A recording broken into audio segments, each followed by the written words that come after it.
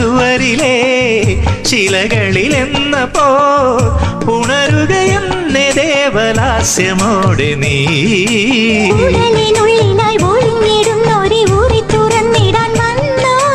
കുടിലിനുള്ളിലായി മയങ്ങി നിൽക്കുമി തിരികെടുത്തുവാൻ വന്നു ഞാൻ. മധുരിതുമയമിതുലഹരി തഴുകി മുഴുകിനാ ഓമനേ തങ്കമേ.